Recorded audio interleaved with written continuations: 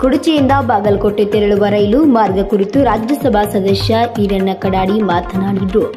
ಹಾರುಗೇರಿ ಪಟ್ಟಣಕ್ಕೆ ರಾಜ್ಯಸಭಾ ಸದಸ್ಯರಾದ ಈರಣ್ಣ ಕಡಾಡಿ ಖಾಸಗಿ ಕಾರ್ಯಕ್ರಮಕ್ಕೆ ಆಗಮಿಸಿದ ಸಂದರ್ಭದಲ್ಲಿ ಮಾಧ್ಯಮಗೋಷ್ಠಿ ನಡೆಸಿದರು.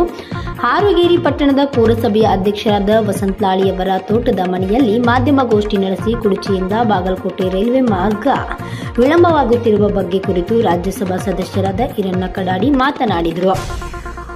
ಈ ಸಂದರ್ಭದಲ್ಲಿ ಬಿಜೆಪಿಯ ಮಂಡಲ ಅಧ್ಯಕ್ಷರಾದ ಶ್ರೀಧರ್ ಮುಡಲ್ಗಿ, ಹಾರುಗೇರಿ ಪೌರಸಭೆಯ ಉಪಾಧ್ಯಕ್ಷರಾದ ಬಸವರಾಜ್ ಅರಿಕೇರಿ, ಕುಡಚಿಯ ಪೌರಸಭೆ ಸದಸ್ಯರಾದ ದತ್ತಾ ಸನ್ನಕ್ಕಿ, ಮೋಹನ್ ಲುಹಾರ್, ಹನುಮಂತಪುರಿ ಹಾಗೂ ಇನ್ನೂ ಅನೇಕ ಬಿಜೆಪಿ ಕಾರ್ಯಕರ್ತರು ಉಪಸ್ಥಿತರಿದ್ದರು. ವರದಿ Hanumanth Sannakkinavar, UK first news, Raibag. ಬಹಳ ದಿನಗಳಿಂದ, ಬಹಳ ವರ್ಷಗಳಿಂದ ಈ ಭಾಗದ ಜನರ ಬಹುದೊಡ್ಡ ಬೇಡಿಕೆ ಮತ್ತು ಒತ್ತಡ. ಹೀಗಾಗಿ ಇತ್ತೀಚೆಗೆ ನಾನು ಸಂಸದ ಆದ ನಂತರ ಬಹುಶಃ ನೈಋತ್ಯ ರೈಲ್ವೆ ವಲಯದ ಮತ್ತು ಸೆಂಟ್ರಲ್ ರೈಲ್ವೆ ಬೋರ್ಡ್ನಲ್ಲಿ ಈ ಬಗ್ಗೆ ನಾನು ಬಹಳಷ್ಟು ಸಲ ಪ್ರಸ್ತಾಪ ಮಾಡಿದ್ದೀನಿ. ಈಗಾಗಲೇ ಮೊದಲು ಏನು ಕಂಡೀಷನ್ ಇತ್ತಂದ್ರೆ ಕರ್ನಾಟಕ ಸರ್ಕಾರ ಜಮೀನು ಕೊಡಬೇಕು, ಆ ಜಮೀನು ಕೊಟ್ಟ ಮೇಲೆ ನಮ್ಮ ರೈಲು ಕೆಲಸ ಪ್ರಾರಂಭ ಆಗ್ತಾವ ಅಂತೇಳಿ. ಆದ್ರೆ ಆ ಮೊದಲು ಇದ್ರಿಕಿಲ್ಲ. ಸರ್ಕಾರ ಜಮೀನು ಕೊಟ್ಟಂಗೆ ಅದನ್ನು ಡೆವಲಪ್ಮೆಂಟ್ ಮಾಡ್ಕೊತ ಬರ್ತಾ ಇದ್ರು. ಆ ಕಡೆಯಿಂದ ಬರ್ತಾ ಇದೆ. ಯಾದವಾಡದಿಂದ ಈ ಕಡೆ ಒಂದು ಸ್ವಲ್ಪ ಮುಂದಷ್ಟಕ್ಕಾಗಿದೆ. ಯಾದವಾಡ ರೈತರಿಗೆ ಇನ್ನೂ ಕೆಲವು ಜನ ರೈತರು ಪರಿಹಾರ ತಗೊಂಡಿಲ್ಲ.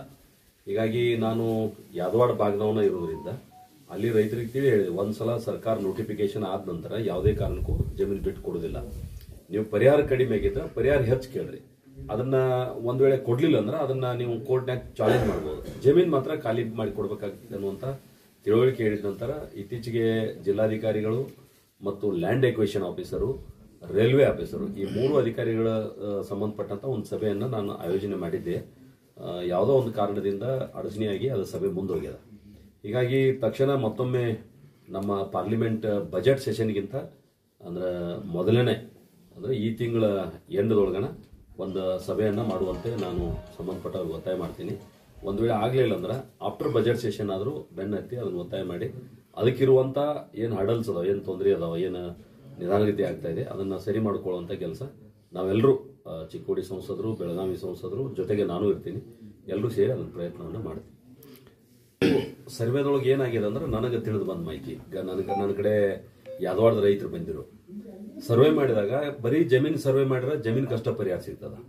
ಆ ಜಮೀನ್ದೊಳಗ ಮನಿ ಕಟ್ಟಿದ್ರ, ಆ ಜಮೀನ್ದೊಳಗ ಬಾವಿ ಕಡ್ದಿದ್ರ, ಆ ಜಮೀನ್ದೊಳಗ ಗಿಡಗಳನ್ನ ನೆಟ್ಟಿದ್ರ ಅದಕ್ಕೆಲ್ಲ ಬೇರೆ ಬೇರೆ ಪರಿಹಾರ ಅದಾವ. ಹೀಗಾಗಿ ಬಾವಿ ಇದ್ದವರು, ಅಲ್ಲಿ ಗಿಡ ಇದ್ದವರು, ಮನಿ ಇದ್ದವರು, ಅಲ್ಲಿ ಏನಾದ್ರೂ ವಿಶೇಷವಾದಂತ ವ್ಯವಸ್ಥೆ ಇತ್ತಂದ್ರೆ ಅದಕ್ಕೆ ಹೆಚ್ಚು ಪರಿಹಾರ ಸಿಗ್ಬೇಕಾಗ್ತದೆ. ಹೀಗಾಗಿ ನಮ್ಗೆ ಅದು ಸಿಕ್ಕಿಲ್ಲ ಅನ್ನುವಂಥದ್ದು ಕೂಗಿತ್ತವ್ರದ. ಹೀಗಾಗಿ ನಾನು ಮರು ಸರ್ವೆ ಮಾಡಿಸಿದಾಗ ಅನೇಕ ಗಿಡಗಳು ಎಂಟ್ರಿ ಅದು, ಬಾವಿಗಳ ಎಂಟ್ರಿ ಅದು, ಮತ್ತೆ ಅಲ್ಲಿ ರಸ್ತೆ ಮಾಡಿರ್ತಾರೆ, ಆ ರಸ್ತೆಗಳು ಎಂಟ್ರಿ ಅದು, ಮನಿ ಕಟ್ಟಿರ್ತಾರೆ, ಮನಿ ಎಂಟ್ರಿ ಅದು, ಈ ರೀತಿ ಆಗೋದ್ರಿಂದ ಅವ್ರಿಗೆ ಪರಿಹಾರ ಹೆಚ್ಚು ಸಿಗ್ತದೆ. ಹೀಗಾಗಿ ಆ ಕೂಗು ರೈತರದ. ಅದನ್ನ ನಾವು ರೈತರನ್ನ ಒಮ್ಮೆ ಹೋಗಿ ಅಟ್ಯಾಕ್ ಮಾಡಕ್ ಆಗೋದಿಲ್ಲ. ಅವ್ರ ಮನಸ್ಸು ಒಲಿಸಿ ಅವ್ರನ್ನ ಸರಿ ಮಾಡಿಕೊಂಡು ಅವ್ರಿಗೆ ಏನ್ ಪರಿಹಾರ ಕೊಡಬೇಕು ಕೊಟ್ಟು, ಯಾಕಂದ್ರೆ ಜೀವನದಾಗ ಒಂದ್ಸಲ ಅವ್ನ ಜಮೀನು ಹೋತಂದ್ರೆ ಲೈಫ್ ಲಾಂಗ್ ಮತ್ತೆ ವಾಪಸ್ ಜಮೀನು ಬರೋದಿಲ್ಲ. ಅದಕ್ಕೆ ಅವ್ರ ಪರಿಹಾರ ಜಾಸ್ತಿ ಕೊಡ್ಲೇಬೇಕಾಗ್ತದ. ಈ ದಿಕ್ಕಿನೊಳಗೆ ನಾವು ಪ್ರಯತ್ನ ಮಾಡಿ ಕೊಡಿಸ್ತಾ ಇದೀವಿ. ಅದರಿಂದ ವಿಳಂಬ ಆಗ್ತಾ ಇದೆ. ಬರುವಂತ ದಿವಸದೊಳಗೆ ಅದನ್ನ ಸರಿ ಮಾಡ್ಕೊಳ್ಳುವಂತ ಎಲ್ಲ ಪ್ರಯತ್ನಗಳು ನಮ್ಮ ಕಡೆಯಿಂದ ಆಗ್ತವೆ. ಈಗ ಈ ಬಾಗಲಕೋಟೆ ಕುರ್ಚಿ ಬೆಳೆಸ್ಕೊಳ್ತಾರ ಅಲ್ಲಿ ನಾವು ರೈಲ್ವೆ ಟ್ರ್ಯಾಕ್ ಹಾಕೋತ ಹೋಗ್ಬಿಡ್ತಿದ್ದು. ಆದ್ರೆ ಏನಾಗತ್ತಿತ್ತು, ಏನೋ ತೊಂದರೆಯಾಗಿ ಆ ಟ್ರ್ಯಾಕ್ ಉಳಿತಂದ್ರ ರೈಲ್ವೆ ಏನ್ ದುಡ್ಡು ಇನ್ವೆಸ್ಟ್ಮೆಂಟ್ ಮಾಡಿರ್ತದ ವಾಪಸ್ ಬರೋದಿಲ್ಲ. ಅದಕ್ಕೆ ಈಗ ಹೊಸ ಪಾಲಿಸಿ ಒಳಗೆ ಏನ್ ಮಾಡಿದಾರ, ಒಂದ್ಸಲ ನಾವು ಆ ಟ್ರ್ಯಾಕ್ ಮಾಡೋದಂತ ನಿಶ್ಚಿತ ಆತಂದ್ರ ಆ ಪೂರ್ಣ ಜಮೀನು ವಶಪಡಿಸಿಕೊಳ್ಳುವಂತ ಕೆಲಸ ಸರ್ಕಾರದ್ದು. ಯಾವ ರಾಜ್ಯದೊಳಗಾಗುತ್ತಾ ಆ ರಾಜ್ಯ ಸರ್ಕಾರದ್ದು. ಇವತ್ತು ಕರ್ನಾಟಕದೊಳಗಾಗುವಂತ ಎಲ್ಲ ಯೋಜನೆಗಳನ್ನ ಕರ್ನಾಟಕ ಸರ್ಕಾರ ಲ್ಯಾಂಡ್ ಎಕ್ವಿಷನ್ ಮಾಡಿಕೊಡ್ಬೇಕು. ಲ್ಯಾಂಡ್ ಎಕ್ವಿಷನ್ ಕಂಪ್ಲೀಟ್ ಆದ ನಂತರ ನಮ್ಮ ಸರ್ಕಾರ, ಕೇಂದ್ರ ಸರ್ಕಾರ ಆ ಕೆಲಸ ಕೈ ಅದಾಗ್ತದೆ. ಮತ್ತು ಇದು ದೊಡ್ಡ ಬಜೆಟಿನ ಕೆಲಸ. ಹೀಗಾಗಿ ಒಂದ್ಸಲ ಆಗೋ ತನಕ ನಮ್ಗೆ ಡಿಲೇ ಅನಿಸ್ಬೋದು, ಬಹಳ ನಿರ್ಲಕ್ಷ್ಯ ಆಗೈತೆ ಅನಿಸ್ಬೋದು. ಆದ್ರೆ ಒಂದ್ಸಲ ಪ್ರಾರಂಭ ಆತಂದ್ರೆ ಕೇಂದ್ರನೂ ಬಹಳ ದೊಡ್ಡ ಪ್ರಮಾಣ ಇನ್ವೆಸ್ಟ್ಮೆಂಟ್ ಮಾಡ್ತದೆ. ಅದು ರಾಜ್ಯಕ್ಕೆ ಒಂದು ದೊಡ್ಡ ಕೊಡುಗೆ. ಮತ್ತು ಈ ಭಾಗ ಅಂದ್ರೆ ನಮ್ದು ಹಾರುಗೇರಿ ಇಷ್ಟು ಬೆಳೀತಾ ಇದೆಲ್ಲ, ಕುಡಚಿ ಇಷ್ಟು ಬೆಳೀತಾ ಇದೆ, ಅದು ಕನೆಕ್ಟಿವಿಟಿ ಒಂದ್ಸಲ ಆತಂದ್ರೆ ಎಲ್ಲಾ ದೃಷ್ಟಿಯಿಂದನೂ ಸದೃಢ ಆಗ್ತಾರೆ ಈ ಜನ ಆರ್ಥಿಕವಾಗಿ. ಜನ ಎಲ್ಲಿಯವರೆಗೆ ನಿರೀಕ್ಷೆ ಇಟ್ಕೋಬಹುದು ಅಂತ ಹೇಳಿ ಪೂರ್ಣ ಆಗುತ್ತೆ. ನಾನು ಬಜೆಟ್ ಅಧಿವೇಶನದಾಗ ಇದಕ್ಕೆ ಸಂಬಂಧಪಟ್ಟಂತ ಪೂರ್ಣ ವಿವರವನ್ನು ನಿಮಗೆ ಹೇಳುವಂತ ಪ್ರಯತ್ನ ಮಾಡ್ತೇನೆ. ನಾನು ಡೈರೆಕ್ಟ್ ಆಗಿ ಹೇಳಕ್ ಆಗುದಿಲ್ಲ. ಆ ರೈಲ್ವೆ ಇಲಾಖೆ ಅಧಿಕಾರಿಗಳ ಕಡೆ ಇದಕ್ಕೆ ಸಂಬಂಧಪಟ್ಟಂತ ಎಲ್ಲ ದಾಖಲೆಗಳು, ಫೈಲ್ಗಳು ಅವ್ರ ಕಡೆ ಇರ್ತಾವ. ಯಾವ್ಯಾವ ಹಂತದೊಳಗೆ ಉಳಿದದ, ಎಷ್ಟು ಕಿಲೋಮೀಟರ್ ಉಳಿದದ, ಆ ಡಿಟೇಲ್ ಎಲ್ಲ ತಗೊಂಡು ಇನ್ನೊಬ್ಬ ಬೇಕಾದ್ರೆ ನಾ ಹರಗೇರಿ ಭೇಟಿ ಕೊಡ್ತಾನೆ. ಭೇಟಿ ಕೊಟ್ಟಂತ ಸಂದರ್ಭದಾಗ ನಿಮ್ ಪೂರ್ಣ ಮಾಹಿತಿ ಕೊಡ್ತಾನೆ. ಮತ್ತು ಈ ಮಾರ್ಗ ಆಗೋ ತನಕ ನಾವು ಇದಕ್ಕೆ ಕೈ ಜೋಡಿಸುವಂತ ಅಂದ್ರೆ ರಾಜ್ಯಸಭಾ ಸದಸ್ಯದೇನಿ, ನನಗೇನು ಸಂಬಂಧ ಇಲ್ಲ, ಹಂಗೇನಿಲ್ಲ.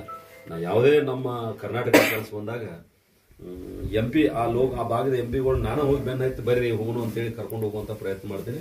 ಆ ಪ್ರಯತ್ನ ಇಲ್ಲಿ ಮಾಡ್ತೇನೆ.